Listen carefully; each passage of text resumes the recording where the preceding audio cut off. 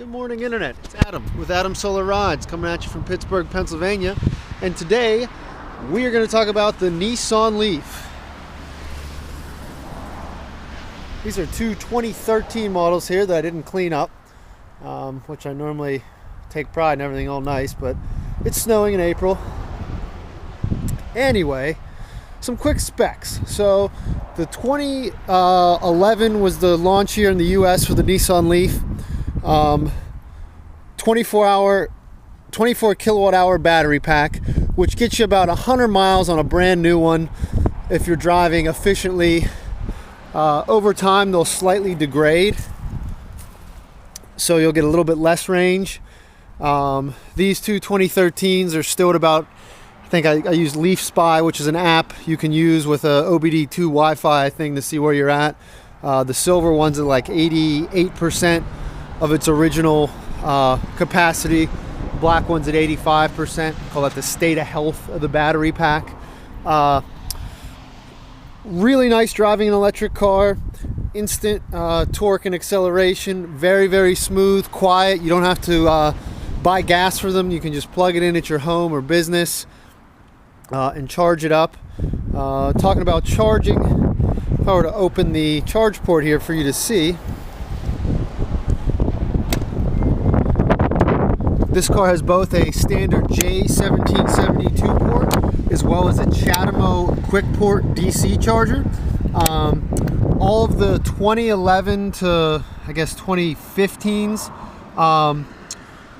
could have one or both of these. When you're on a S model, which is the base model, if it only has this one, the J1772 charger, that means you're only going to have a 3.3 kW charger on board, which will be slower charging even at 240. If you do have the CHAdeMO, that means you have the upgraded charge package, which will give you double the charging capacity. You'll have a 6.6 kW onboard charger. 6.6 is going to get you around 25 to 30 miles per hour of charge on a level 2 unit, where that single 3.3 even on a level 2 is only going to get you approximately 12 to 15 miles per hour of charge. You can also charge on just a regular 120 volt called level 1 charger. This comes with all the Nissan Leafs, so every one of these is in the trunk. Typical outlet you're used to, you can charge in your house. You know, that's what I use at home. I don't even have a quick charge or a level 2 240 volt quicker charger at home, but this is fine. It'll get you, you know, maybe 3 to 5 miles per hour of charge, but sometimes that's enough for most people, and that's all they need. They don't want to put a charge station in. You know, here's a level 2 charge station here for an example.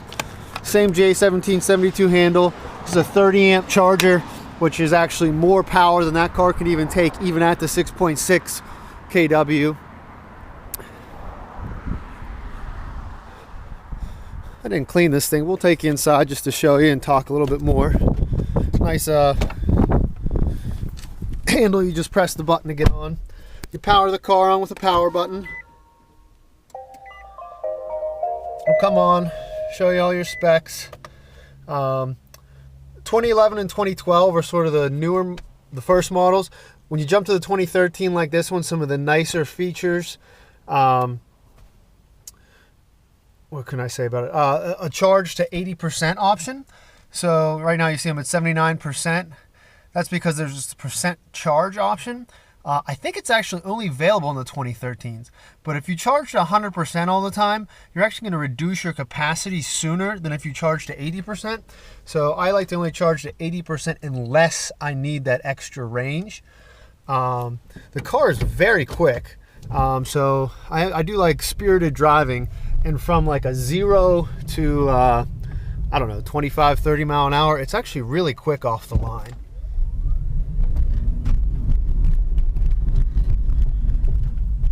Nice thing too, whenever you're shifting, I don't know if it's really even considered transmission. It's just forward and back, goes really quick.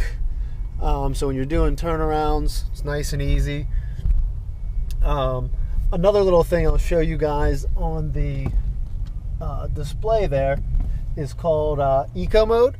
So right now when I put it in drive, you can see I'm in regular.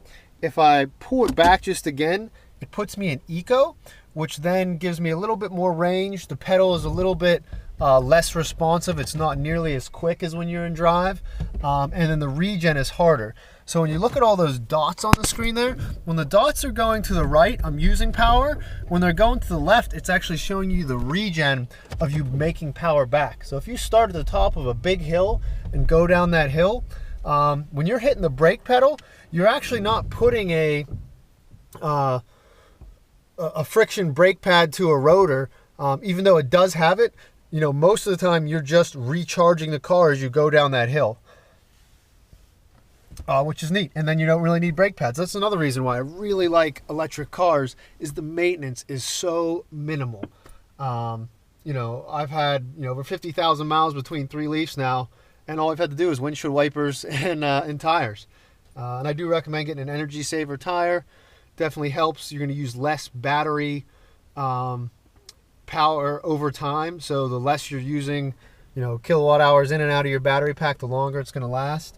You know, we're just about to hit 50,000 miles here on this car, but yeah, definitely recommend the Nissan Leaf, and hopefully before long I'll have something for sale for you guys.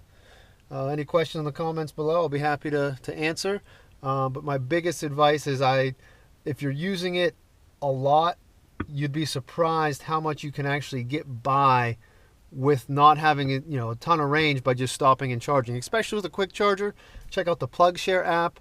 A lot of times you can, you know, have a 200-mile day bopping around the city with, you know, a quick charge and a couple level 2 charges while you're stopped at where you're at. Thanks a lot, guys.